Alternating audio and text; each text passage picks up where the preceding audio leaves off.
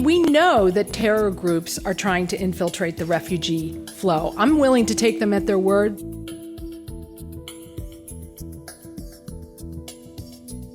It does objectively happen to be true that there are dangers from some people in the Middle East that are different and in many ways greater than dangers from people elsewhere. The truth is that even our fabulous screening system, which is supposedly better than anyone else's in the world, has made some mistakes before. Screening is impossible. Radicalization is increasingly something that happens in the West, among the second generation of Middle Eastern migrants, those who will be born here.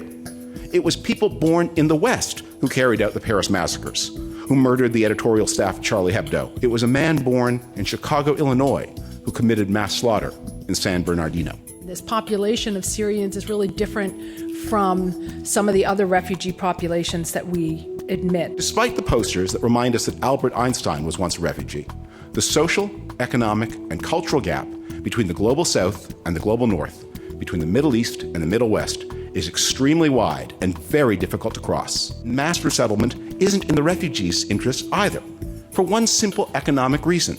It costs about 13 times as much to resettle one refugee family in the United States as it does to resettle them closer to home. Which makes more sense for the money that we can allocate to this problem? To help 100,000 Syrians by bringing them here, or to help 1.2 million Syrians in Syria by giving the UN the money that it is asking for and desperately needs to help more Syrians in Syria? We have to acknowledge that our compassion has to be backed up by our wallets.